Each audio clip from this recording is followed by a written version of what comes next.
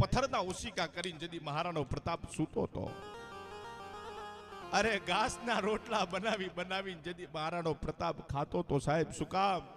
હિન્દુ ધર્મને જાળવી રાખવા, હિન્દુ ધર્મને ઉજાગર કરવા આટું થઈ.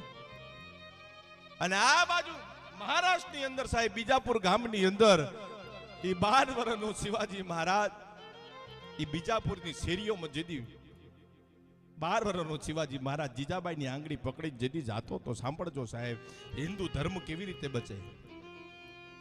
12 વર્ષનો શિવાજી મહારાજ માની આંગળી પકડીને ધીરા ડગલા મારતો જદી શિવજી મહારાજ જાતો તો. અને કસાઈ ગાયને પકડીને જાતો તો કમલેશભાઈ. ગાયની આંખમાંથી, નાકમાંથી, કાનમાંથી લોહીની ધારાઓ જેથી વહેતી હતી. બધાય વેપારીઓ આજીજી કરતા હતા, ગાય અમારી માતા છે એને છોડી દો, પણ કોઈના બાપની હિંમત ન ચાલી કસાઈના હાથમાંથી ગાવલડીને છોડાવી શકે. પણ એક 12 વર્ષના શિવાજી મહારાજની